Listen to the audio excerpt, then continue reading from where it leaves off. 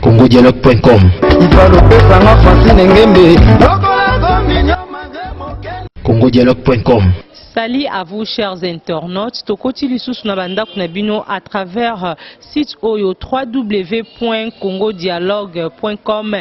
Yayemoko, la première dame, la grande dame Francine Ngembe. Pourquoi pas penser n'accordons ya émission oyo ka grave songandi la wana déjà na pesibino ba mbote belé ba merci pour na soutien na bino na émission na biso oya sika un temps avec Sylvie Bahati désormais kaka ndenge na yebisa bino que tous les jours bozana droit il y a une émission sika ba information au ezali récente ba information au ezali sur donc boke na bino gauche droite te site ezaka moko www.congodialogue.com pe émission ezaka moko na humble servante na bino Sylvie Bahati. Déjà chers internautes lelo naza déjà na invité na ngai awa to betane vraiment en long et en large ma solo vraiment au bengami sacerdoce pe ma solo o ezoleka na ba église de réveil binomo boyebike ba aventure komi vraiment ebele ba prophète ba komi ebele okuna komi azobimisa ba biloko na nzoto okuna oko voyager oko bala oko sala ceci cela donc avec mon invité ndeto ko ba vraiment ko développer makambu o etali ba sali ya Nzambe. Là je m'en vais déjà saluer mon invité. Bonsoir prophète Israël. Bonsoir, bonjour, merci. Sylvie Bahati, Nzama Pambola. Bonne santé, papa. Oui, santé, ça va. Tam tazope, mazo loba, c'est que Nzamba zana bon moi, donc ça va. Prophète Kondelelo, vraiment, tu es surprendre yo na église na yo awa mission évangélique la foi en Christ au babengi mais fok zomi na bantandu en 20 na commune ya Matete. Prophète, est-ce que okoki koyebisa bandeko na biso bazolanda biso partout dans le monde origine ya ba prophète euta wapi pe ebanda wapi? Merci. Zamba Pambola bino nyonso bozolanda biso nazokumisa na Nzambe parce que toza na décembre eza moko ya moi ya suka ya moi ndenge Bible lobi la fin d'une chose vaut mieux que son commencement.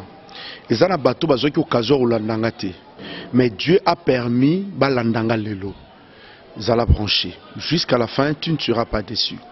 N'a qu'à répondre selon la parole de Dieu, ni Bible lobi, par rapport à ma question, il y a Sylvie Bahati. Ba origine à ba prophète, n'a depuis l'ancienne alliance. L'ancienne alliance, Bible lobi a dit qu'on bengo salé la batu. Qu'on salé la batu, qu'on benga batu, peut couper ça, l'onction prophétique. L'onction prophétique, on a benga quoi, ba nabi, ba envoyé. Un prophète c'est un envoyé. Donc tant Nzambe Jéhovah azotinda bat soka tindio donc on envoie quelqu'un donc un envoyé so ba tindio ba peso ce ministère prophétique aux a envoyé nde ba lui Moïse Nzamba comme si Moïse prophète devant Pharaon. Donc c'est un envoyé. Azu Esaïe a tindié la mission moko un envoyé. Vous comprenez? Donc, c'est un envoyé. Donc, depuis l'ancienne alliance, Nzambe na bonganga na ye, na royauté na ye, na façon na ye, pour ma kamutu za la normale, faut tinda batu. Donc, so tinda ba envoyé. Pour ba yaba salaka, maloba o ya tiye pesi. Donc, un prophète c'est un envoyé, maloba o ye Nzamba pesi, a pesi prophète. À transmettre maintenant le message na bato ba Hollande. La nouvelle alliance. Quand nous parlons de la nouvelle alliance, nous parlons de Jésus ou sacerdoce royal. C'est-à-dire comment? Dans Ephésiens, Bible, il a donné les uns comme. Là maintenant c'est Jésus. Il a donné les uns comme. Après si ba apôtre. Donc l'apostolat, Moussana bango ba bâtir, ba créer l'église avec fondement normal.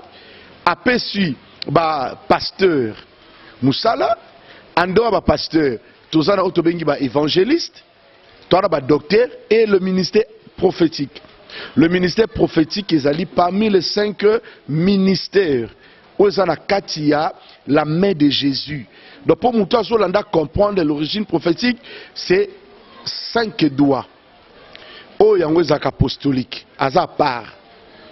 aza part oyo eza prophète apamelaka oyo aleka biso molai c'est l'évangéliste ye moto aleka molai oyo mosapi alliance bo balatelaka alliance yango nde ezali mosapi oyo abengi yango pastoral. Pasteur lokola le mari de l'église, celui qui paie les brebis. Ya souka mosapi kombo la kwa soukana, c'est le docteur pour enseigner la parole de Dieu. Donc c'est ça un peu l'origine donc et outil na sanswana nde sikoyo et pakola miwana nde sopani mais pour aider battu au moni siko ministère prophétique et c'est le collègue Katan. Nangina ibsa tout très bien. Et c'est le collègue Katan Sylvie. Nandengeni. Et c'est le collègue Katan comment sikoyo balobi boy. Et il y a un chapitre moko za na ba épître et troubla ba tout titre aussi un problème prophétique na mon lelo. Balobi boy. Comme déjà toza fondé na ministère apostolique et prophétique, c'est fini. D'autres ministères ont émergé. Yango moni sikoyo ministère prophétique ça qui est lali donc etikala ino telali. Donc pour au monde babenga mutu prophète. Mais ça passe. Okizwile wapi? Mais le lot tozomona ba prophète ba komi belé par-ci par-là. Na rekoma kuna na ina la cette origine. La sepeli la question posée parce que c'est important. Pour ce ministère prophétique ça passe. Parce que et le question c'est le cas pastoral. Ako kende évêque pastoral. Ba fongoli paroisse awa. Atoke catholique, atoke protestant, ba benga encore pastoral, les évêques, les anciens. Hein, pastoral, baso bongi saka église. Mais ba telle misa mutu ba lobake prophète. Eh, mais ça problème, rien. Ezalati, et comment il passe. Yango na bato ba Hollanda, po ba zwape idée. Na zwa kaka mboka na biso Congo, RDC, le Congo RDC. Na nenga mabete. Lelo botanga ba pasteur yo yebi. Papa so la pasteur oye prophète so la ndangai. Tangela nga prophète oyo yebi na vent de réveil na Congo. Vous comprenez? Mais so ba no tanga ba pasteur tala. Tanga ba évangéliste tala. So tanga ba prophète zéro. Bah, donc et comment passe? Ce que l'igno mona prophète, église traditionnelle, c'est-à-dire Nabima, Mpevalongo, Babenga Bampe prophète, c'était fois Benga na Kikongo, Mosakoli, Mbikoudi, c'est un peu ça. Donc là, toujours la Kissa, origine claire. C'est difficile, Babenga Moutoua Bimama, on a combo ya prophète.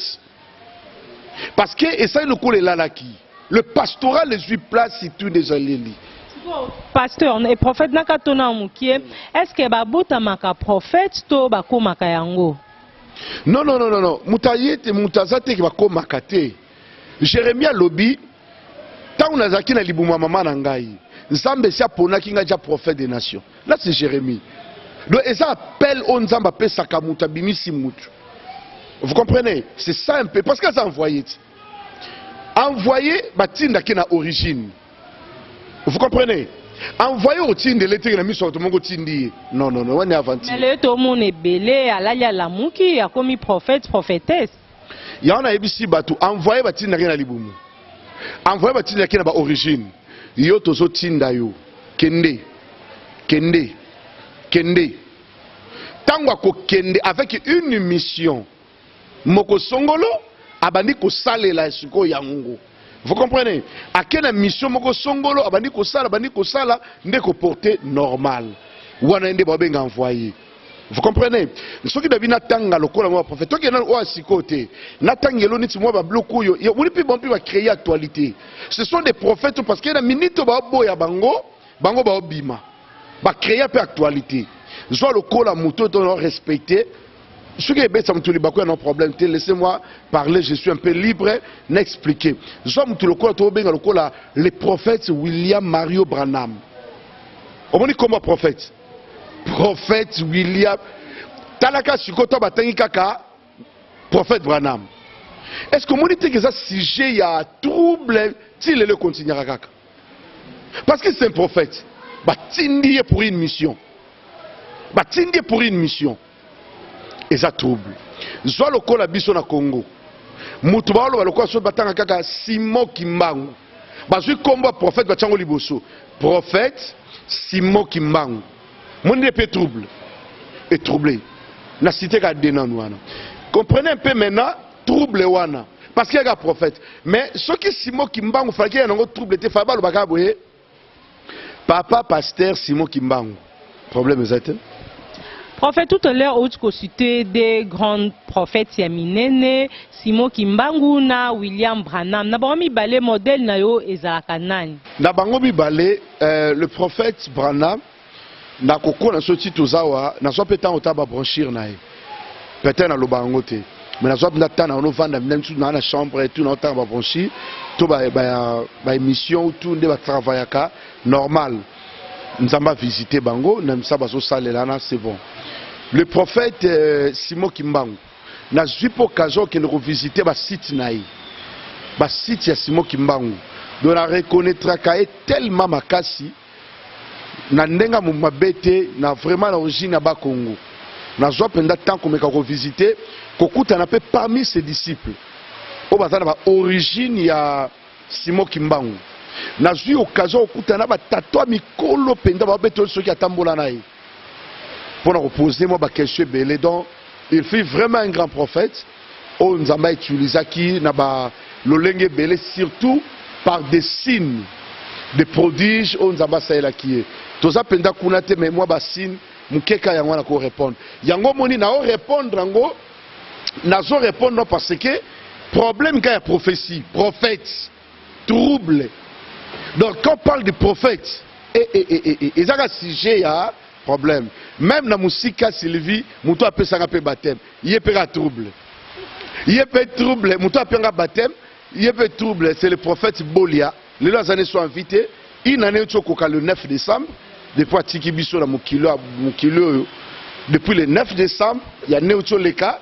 Le 9 décembre, tout fêté une année, il y a disparition, il y a apôtre Bolia. Un prophète, il ne pas troubler battu. Et donc, si un prophète troublé, nos gars.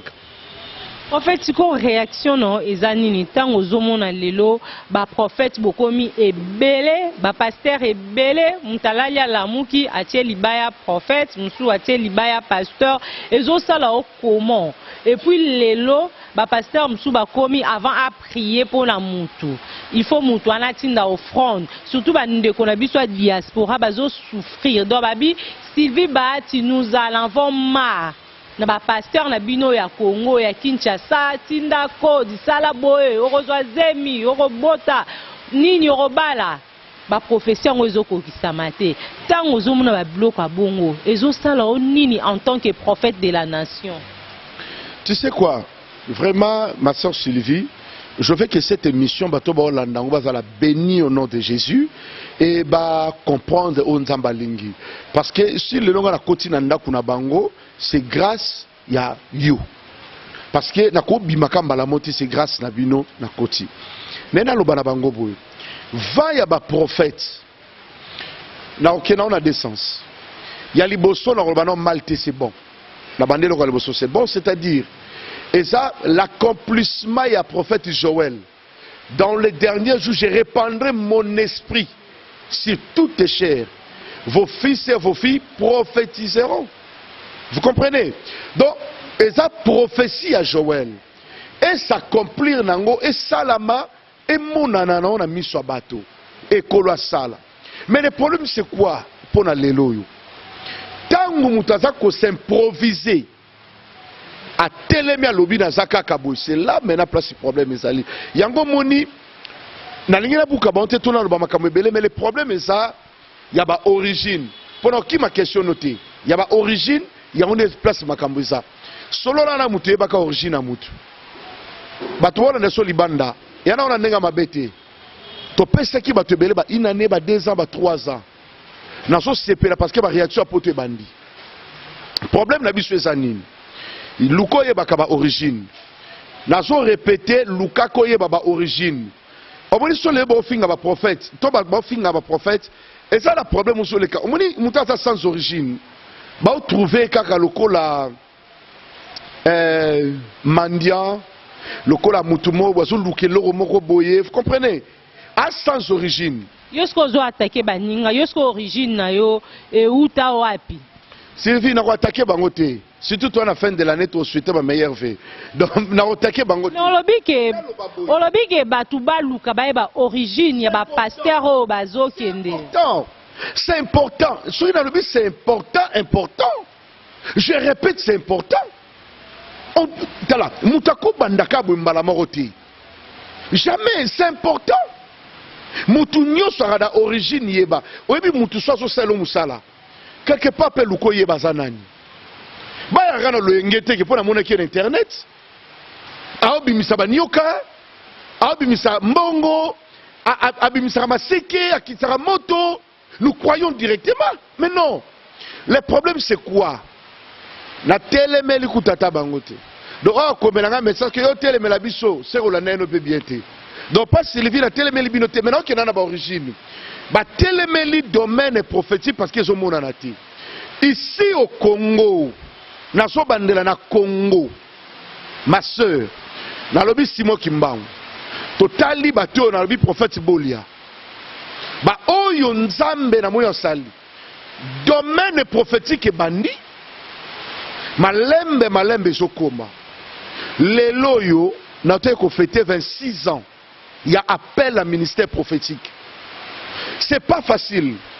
Parce que na début yo tanga ko so za prophète obombi na nuti. Na aéroport ou appelle les kotanga prophète. Profession na passeport comme prophète. Ba oka moté bandandeni. Hôtel ma place nini baloba prophète. Bateau ba wala na mission na Sylvie. Le gens peut poser des questions. Mais les lois hôtel les montants que je suis prophète. Le prophète est comme le kumu. Eh, ibandandeni. Et c'est comme moi ça passe. Toloba kaba vérifier très bien au passé na te babi prophète soit un problème. Nga ba katanga mission. Ba kata biso ba mission pour le bio prophète. Antenne bato babi Congo antenne bandi. Na quelle kana émission. Réalisateur nanga Serge Mukunya. Babi, présentez-vous. C'est le prophète. Bakati na mission. Excusez frère. Oloba nini? Na prophète à Tikako. Inendeni. Bana yo ba prophète. Parce que na Congo na tawana yo bimio be prophète. Il faut balukaba comprendre. C'est pour cela ba origine est un peu compliqué. Ba obaye lelo. Ba prophète wa komi tel me belé. Ce qui langage mon ina loba. Bazaka n'a pas prophétique au Nzamba lobi. Non pour détruire ma famille abattu. Non pour détruire Batuba Olanda Biso. Non pour détruire. Mais la prophétie, c'est pour arranger. La prophétie, c'est pour parler du futur. Zamba prépare Kande Bongo. Dans le domaine prophétique, Batuba Olanda Biso, quand Dieu choisit un prophète, c'est pour un but. Baoba Ebele, que le bon Dieu nous aide. Batupe ba kono travailler malembe nzamba osala ngolu na ye na eloko lobi ya misolo na répondre pe batu na kolaselo moko na kolinga deuxième émission ou troisième na Sylvie na olinga Sylvie osala na nge mission ni na matete na victoire tel metete partout te mais à cause ça sous na site na biso prière. C'est-à-dire comment? Il y a deux choses. Moutakola ne peut envoyer l'offrande. Il peut faire quelque chose. Mais qu'est-ce que vous faites avec ça? Parce que les problèmes les animent. Un prophète doit soutenir les gens. Naba équipe ton abato bazana bango pour la prière. Vous comprenez? Va soutenir pour la prière.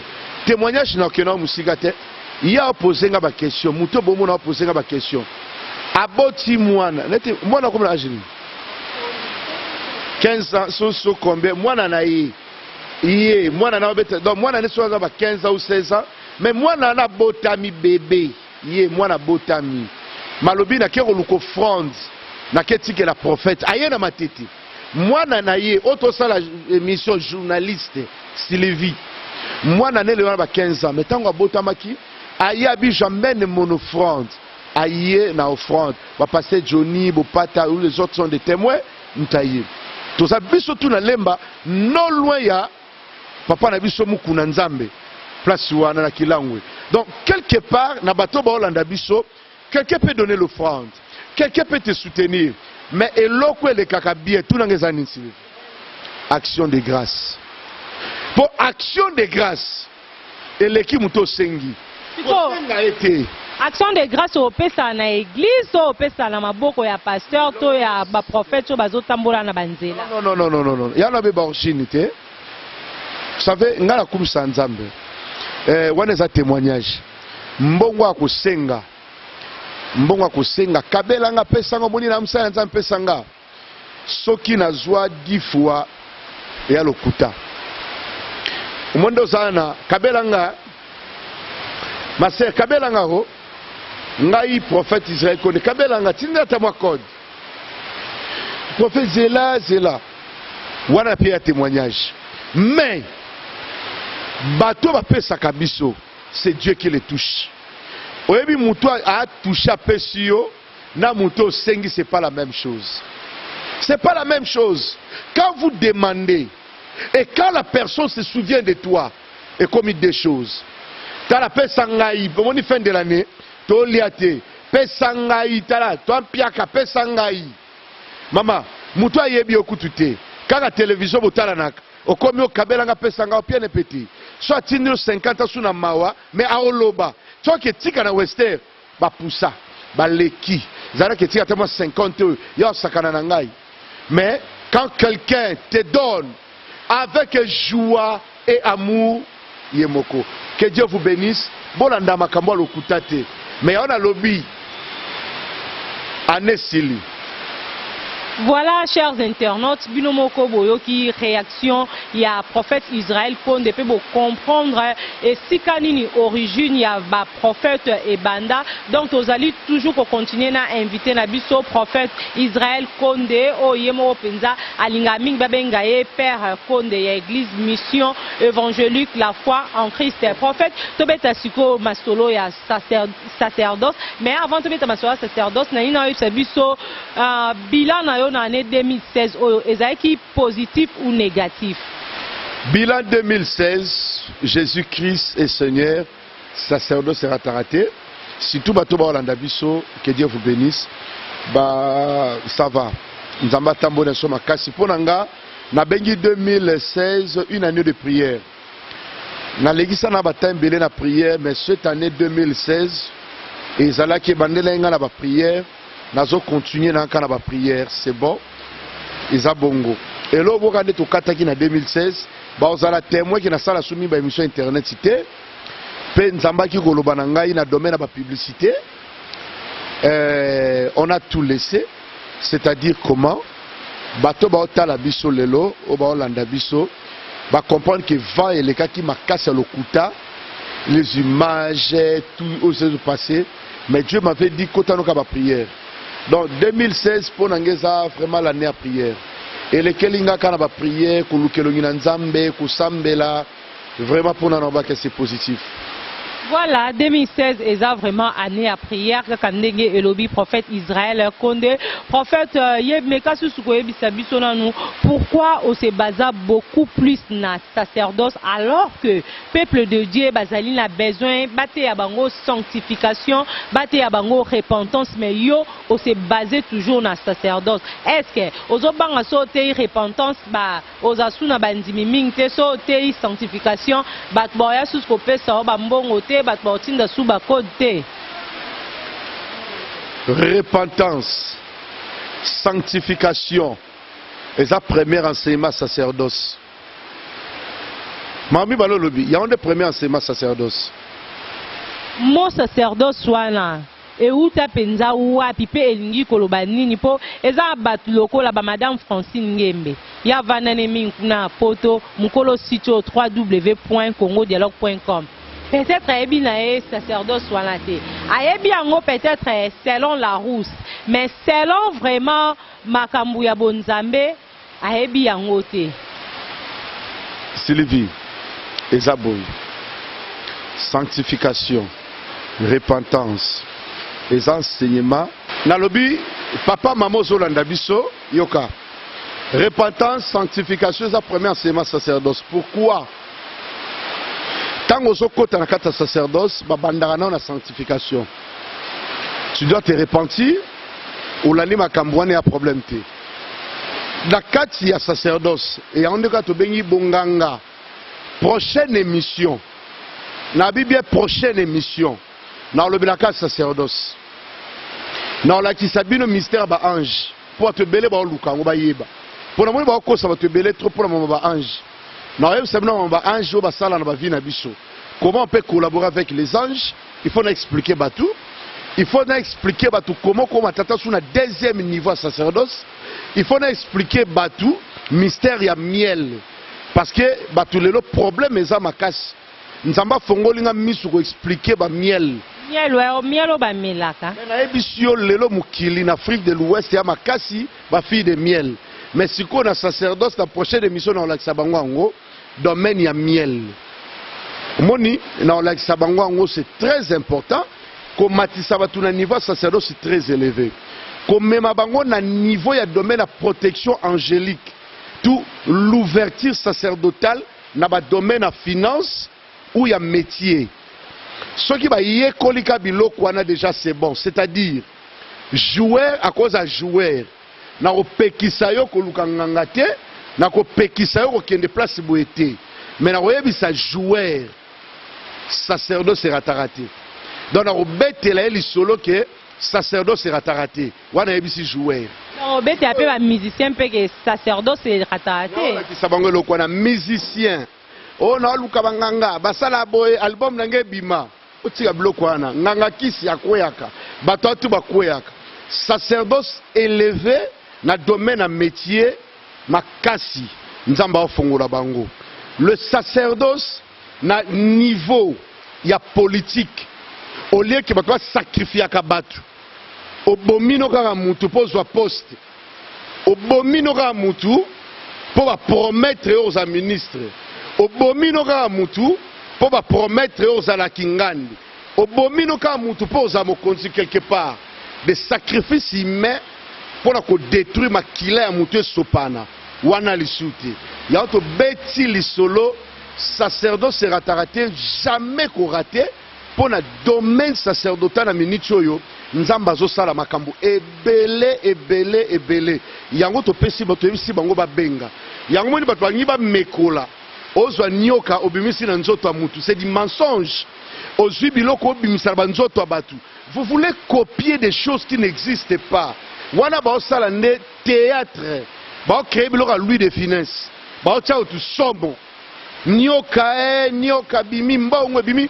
Vous voulez tromper peu l'esprit à Batou, Batika Blokwa. Mais Babi Jésus avec biso ba disciple na to sala koleka ba miracle koleka o ya sala ki. Ba ko sala au-delà mais tant ozo betela ngo c'était trop na publicité ayebelo ko luka.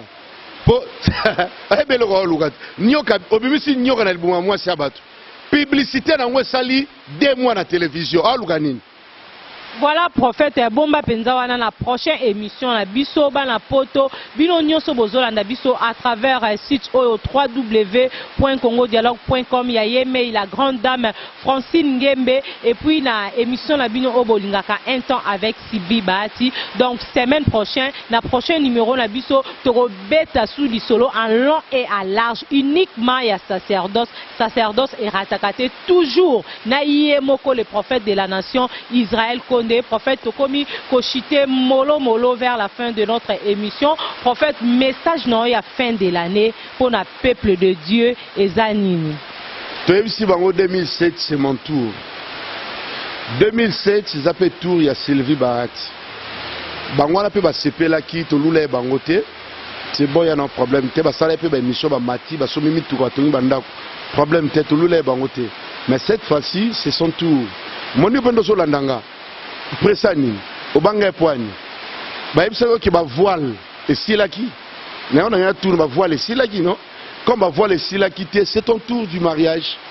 Ba tourna ba yebisi ti ba vol et kati. O ba ute de ba kende poto ba voyager li soute. Comme yesa kendaki akangi masolo poto vandi nete. Ba vol les aga. Air France ça là, éthiopienne ça là, do ça là non. Ngi ko la kisake tour ya mama oyo ya Kingasani ezo koka région de banane na poto dona ina lobake tour na epe koki oya bota kiti problème zate na maternité nzambe tala bana baza on a baboti te tourne yo pété otala mwana no boti. Donc quelque part il y a on a le 2017 sacerdoce raté c'est mon tour. Jamais errata. Mon désana jamais errata. To kumisa bango. To lule bango pété olula ban poani. Obanga poani ngonyo ye luko simba kisi. Ongo simba kisi po ya mati obanga poani. Yo chrétien trop hein. Te elote aga simba po comprendre te boy menzamba ebi ninga memela batu okosa okomokosa batu na sepeli bandoka poto bakomelinga trop bauti poto bae Congo koluka ba prophète babimisaka mbongo kobimisa biloko bakanisa kiko so bakomi barubika na yebisio nazoloba no clair nazana plus de 50 o babengio ba desi tango baye na ba droit ebele bafuti ba mbongo croyant que au salme la bango za bongo te preuve ane que toi en décembre tout au balobaki otala so ekokisami. Donc quelque part naza vraiment contre moi babuzo ba nezo salama. Nous voulons que Jésus sala mama som ta bikite lo ba bikite so biki yesu kuta ke place ba koke beleka moko atelemi akena akena cimetière tala ba to kufa mais quand Lazare sekui aoka sonite som ta bikite kumisa nzambe yo so ngo yede nzambe malembe lokuta na bino malembe zokola mais Kishasa pe bakosa raté bokosa Kishasa te mutauti province qui kina kosi bana kini problème ezate 2016 esili 2017 okota eye banango. Mot de la fin na yo papa, mot de la fin na yo papa par rapport à émission na biso peu message nini nzambe atalisi yo pour na peuple de Dieu o ezako lela o ezako la pongite par rapport à date o ya les 19 o ba opposant ba bike ekoza suka muto bimate trouble kozala yo en tant que prophète de la nation nzamba la kisio nini pe o prophétiser nini pour na mboka na biso Congo. Lisola mboka na ben en simbangote. Je parle en tant que prophète des nations et belle te yebi mais souhaité te na voix oyo na pesa bango message wana mais pour na yebi sa bateau ba Olanda biso na zana mundimi ana kingasani na ina yo kateka zwaki bala kwei na la mundimi alaka na abunia na lingate mundimi na so na bunia ba beta soli solo ke moni mundimi wana kwei na lingango te na lingate na ka mundimi azana boma lisa se beta kibwe non. Donc juste pour dire un prophète pour la paix. Et pour la paix, le pouvoir, Nzamba Spesak, toute autorité vient de Dieu pour s'arranger. Mais par la grâce du Seigneur, nous voulons la paix. Congo, maman Touzane, maman prophétesse Cécilia, Tobe Talisolo, Tobe Nzamba Congolais, que le bon Dieu nous aide. Tokufi Toro na Mbokoyo. Ngana 8 ans à travailler na Est. Pendant la guerre, ngana kenda Est. Et on a vu na Roloba Makamote pour nous passer na moté mananga. Ngana kena guerre na Est. Na seba campagne na Est. Bitumba ba Congo na kenda. Donc na moko bateau na ba temps difficile à travailler. Na sa moko ba prophète dans la prière ya nation. Na avril 97, to babi ben 10 ans. Donc quelque part tant lobi na makamba mboka na touché. Mais yanka na lobby, nous voulons la paix dans notre pays. Ba prophète, ba pasteur, ba ndimi, prions pour la RDC, un pays béni, un pays où Nzamba pesi, et en plus, babo sanate mboka simo kimbangu. Au sali mabe et balukela yo. Nzambe wana salaka et arumi monisa manae. Nzamba pambola RDC qui miezala pour libérer le nom de Jésus. Merci prophète. Ah oui, nous sommes pratiquement arrivés à la fin de notre émission Un temps avec Sylvie Bahati. Merci Nabino Nyon Sobozaï qui est belé pour Nakolanda Biso à travers site www.congodialogue.com. Napesi merci na yeme la grande dame Francine Gembe. Babi moi si a solo moi si kitoko moi soyebi ko sola moi si ya maele mingi ezandeo Francine Gembe ba mbote belé et pas ya Zaï n'envoie ma mère boss pourquoi pas penser aussi à code mondial ya Willy Moucheni Babi plus 243 Yonde Penzo 26 Masolo. Merci na yo Jules Maswa, merci na Kagrave Songanzi la coordonnateur ya émission Oyo na peste merci na Raïs O Azaki derrière la caméra bana poto bana partout dans le monde ba mbote na bino esika bozali émission ezakara moko un temps avec Sylvie Bahati kuna eloko ezana ngote pe site ezakara moko www.congodialogue congodialogue.com. Botikala bientôt Koutani pour la prochaine émission la biso. Portez-vous bien et bye bye.